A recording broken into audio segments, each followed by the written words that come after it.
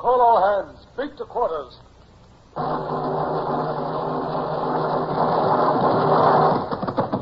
Run out the guns. Stand by the starboard battery. One broadside into it, if you please, Captain Bush. Pointers on target. Linstops ready. Aye, aye, sir. Ready. Fire!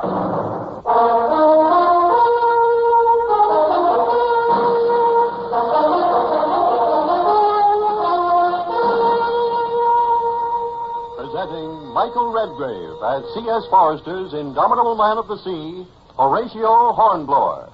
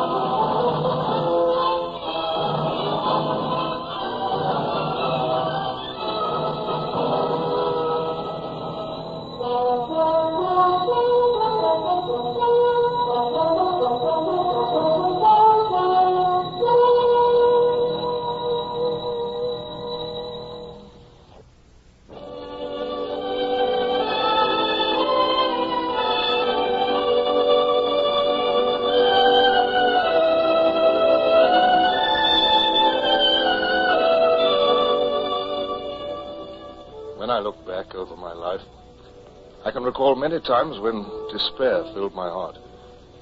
When first I joined the fleet as a raw midshipman and turned seasick inside a harbor. And when I was given my first command and lost it. Yet none was worse than the days when I found myself captured by the Spaniards and clapped into their prison at Ferrol. What is that you ask, Senor Hornblower? A possible exchange of prisoners? That's it. No. It is not for that reason that I have requested Senor O'Brien to bring you to my office. Oh, well, I just had hopes. You are young, Senor. Those who are young are forever hopeful. But if I cannot set you free, my young enemy, I can at least make you more comfortable, eh? More comfortable? You are now a lieutenant. Under the articles governing treatment of prisoners, you are entitled to certain privileges. Oh, well, yes, it had slipped my mind. You shall no longer be quartered with the midshipmen. Senor O'Brien will see to it that you are transferred to the prison rooms reserved for captured officers. More like cells than rooms, to my way of thinking. Perhaps so, Senor O'Brien. Yet more comfortable. Also, Senor Hornblower, you will receive the half pay of your rank. Thank you, sir. And your parole will be accepted. You will be at liberty to visit the town and the neighborhood. Thank you, sir. Understand, for only 2 hours each day. Yes, I understand, sir. I have your word, then, as an officer and a gentleman. You promise to make no attempt to escape? You have my word, sir. Senor, you should be more happy.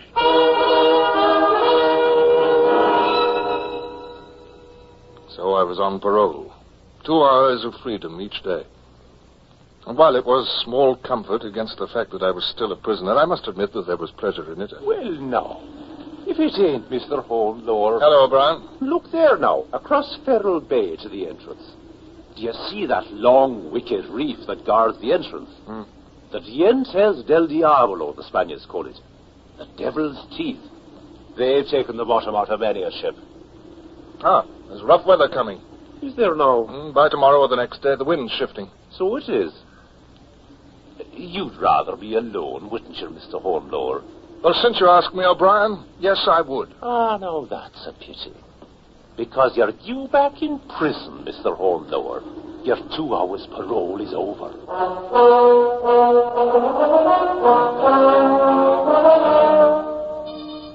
And that's how it went. The same deadly round. The same sick misery of captivity, day after day and month after month. And the only time I felt free was during those precious hours when I stood above the harbor and watched the ocean. And then came a day when the ocean heaved up before a southwest gale, when the waves came crashing in white thunder against Dientes del Diablo, the devil's teeth. I stood there watching them. And suddenly... Senor, your ship! There is The ship, senor. Do you see it? Yes, senora, yes. Our captain's a fool heading this way in a gale. If he had any sense, he'd heave to and stay out to sea until the wind slackens. It is a Spanish ship, senor. Oh, must be. No British captain would be so insane. The devil's teeth will tear his ship to ribbons. Angelita! Carlos, what is the matter? The ship that now approaches. There is another behind it. An enemy. I must inform the commandant. What's that? A British ship? Si, senor. It cannot be seen from here, but from the very top of the headland. British ship? It must be a man of war. Look, there's the commandant for you. He's climbing up here now. I've got another hour of my parole. I must stay here and watch.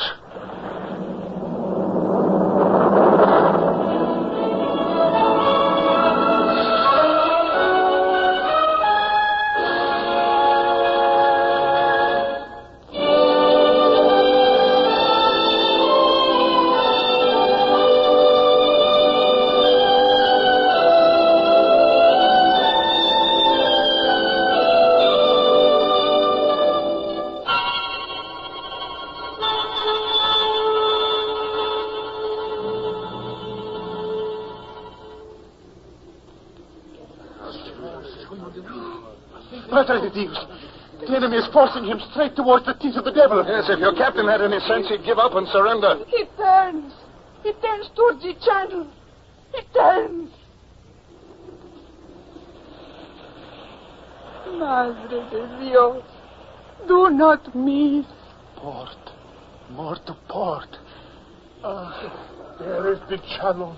He will make it. Oh, muerte del diablo. Diablo. She's gone. A wreck. All of an instant. No, senor. No, she remains afloat. Afloat, is it, you fool?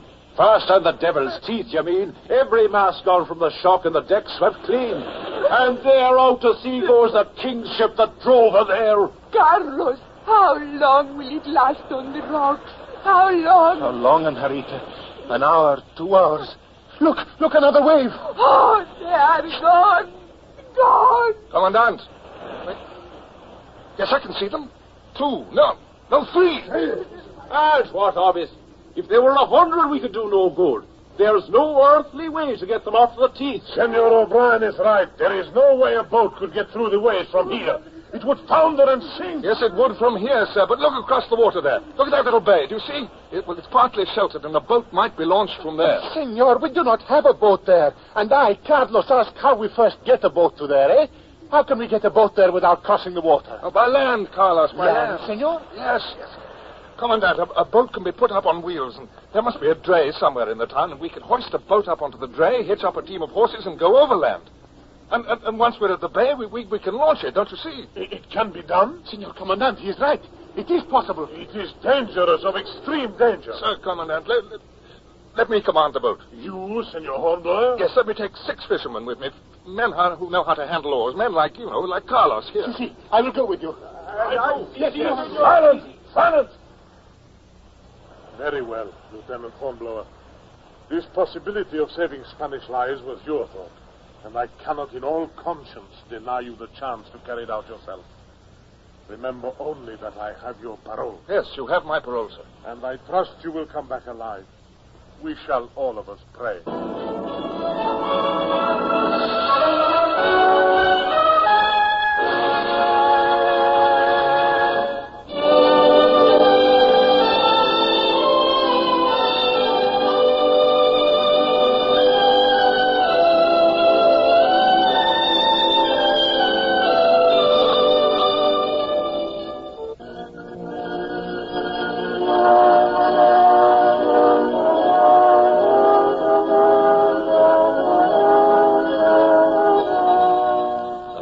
Behind us. That safe, solid ground upon which we'd stood and watched the Spanish schooner drive to destruction. There she lay, upon the jagged reef called Dientes del Diablo, the devil's teeth. And yet, as a handful of fishermen and I attempted to rescue the survivors, I was filled with a great elation to be at sea, even such a wicked sea. I'd been on shore too long. I was young, filled with such excitement that fear was driven completely out of me. Pull, lads! Pull! Senor, We come closer to the reef. Careful, Carlos. There's a broken mast directly in our course. Ay, nombre de Dios, I see it. Pull! Pull! Senor, there are 4 of them. 4, not 3. Observe. Yes, I see. Oh, closer, Carlos. The waves are very strong. Oh, closer. Get in the lee. Aboard the schooner! Aboard the schooner! We'll come in after the next wave. After the next wave. Do you hear me? Here, senor. They are cutting the ropes that hold them to the mast. Ready, Carlos? Si, senor. Now, after the next wave.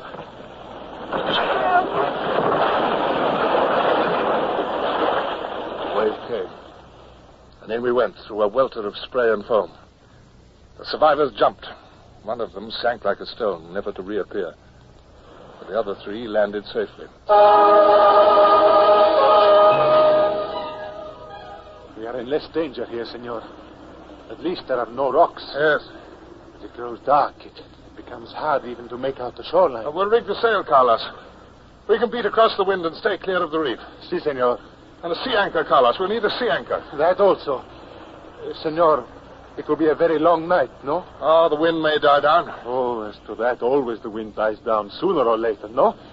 But until this happens... Yes, well, we're safe enough out in the open water. But it is very cold. Well, have the men lie close together. The warmth of our own bodies will keep us all alive. Si. Senor, when the wind dies, we get back to shore, no? Well, what other course is there? I've given my parole to return, haven't I? Si, the parole. Senor, one thing more. Well, now what? Nothing, senor. Only that you have risked your life to help these countrymen of mine. You are a good man, senor.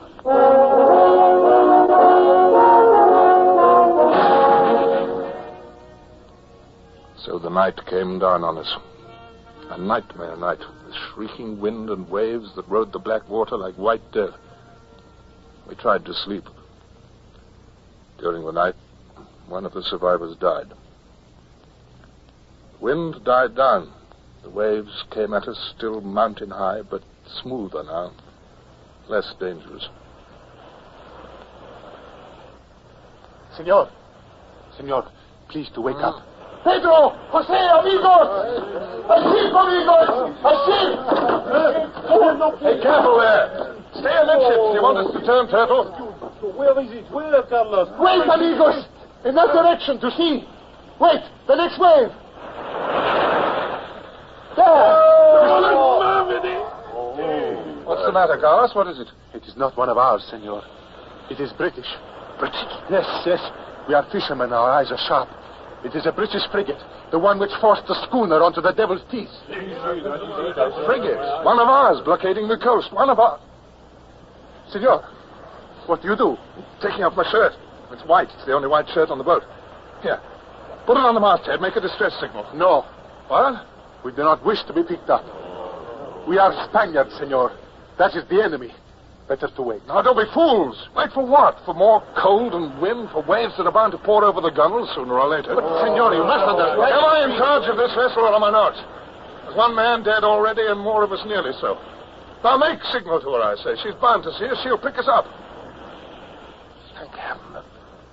A British ship.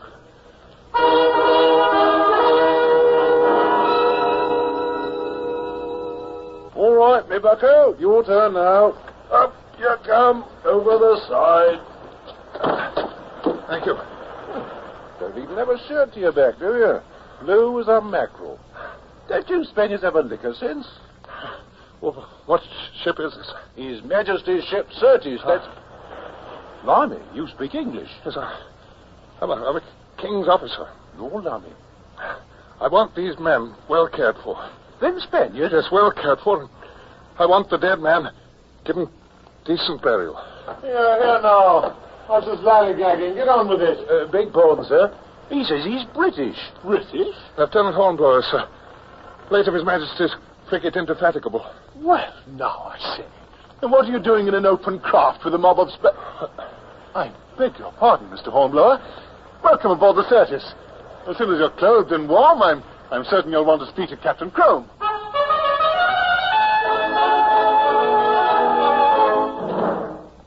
Now that you mention it, Hornblower, you're quite right. I couldn't possibly have him taken prisoner. Oh, I shall have to set him ashore at the earliest possible opportunity. Now, as regards yourself, I understand you hold a commission as lieutenant. Yes, sir. It came through when I was in prison. You were under Captain Pellew of the Indefatigable. Yes, sir. Well, I don't know if the Indefatigable is still in these waters, Hornblower. I don't think it is. But you are probably still carried on their books. Oh, I believe so, sir. The Admiral of the Fleet will have to decide. But until we meet him, you can do duty aboard this ship. I can't, sir. You mean I... Oh, I'm sorry, sir. I almost forgot. I can't do that. What's that? Well, sir, I'd welcome the opportunity.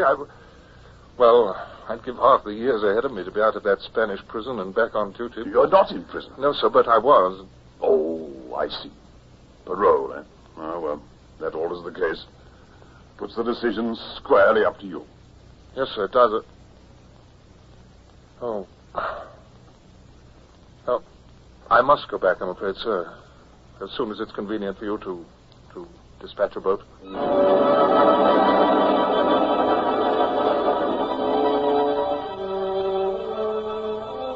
I was back the next day. It turned calm and clear, and the Certis stood in toward Ferrol and sent a cutter in under a white flag. I remember how all the others, Carlos and the rest, were laughing and talking gaily as we were set down on the dock. O'Brien was there, and half the town with him. Well, now, if it isn't young Mr. Hornblower. Hello, O'Brien. Never did we expect to see you again. Hey, nor we to see once again our homes. Hey, amigos, when we are driven out to sea, we commit ourselves to God's mercy. Carlos, you're back now. Si, Carlos, Angelita. you're back. And for this, we thank the Senor, no? Hey, Pedro, good to be home again, no? You're down in the mouth, Mr. Hornblower. Yes, perhaps I am. Now, no need to tell me. The way your heart's in your eyes looking after that cutter now. And looking out beyond the Devil's Teeth to that British ship of yours. You're a fool. Excuse me, I'm going back to my prison quarters.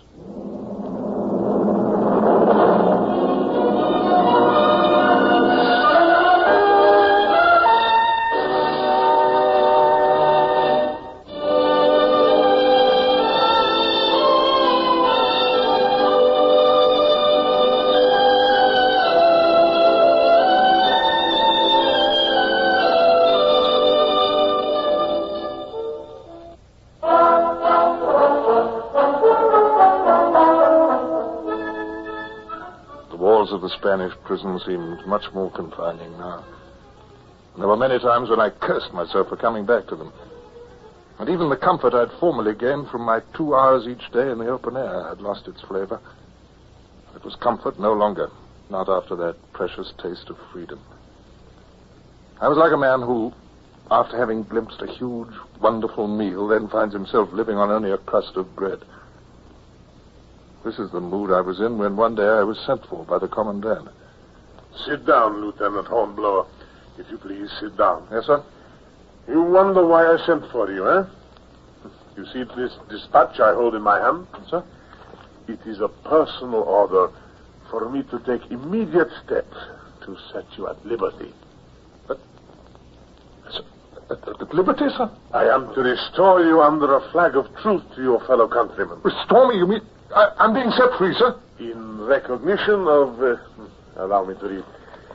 In recognition of his courage and self-sacrifice in saving life at the peril of his own. Oh, Commandant, You are overwhelmed, eh?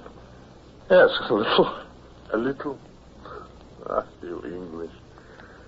Senor, I tell you that to a Spaniard, a deed such as yours makes us cry and laugh and be happy. Oh, senor, to be enemies is a bad thing. To be a man of honor is a good thing. Senor, I am most happy indeed. You have been set free. Well, thank you, sir. It's something I'll remember all my life.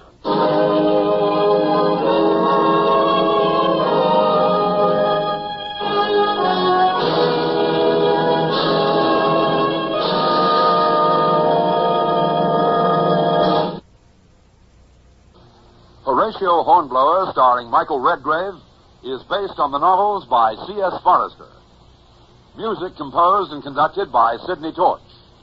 Produced by Harry Allen Towers.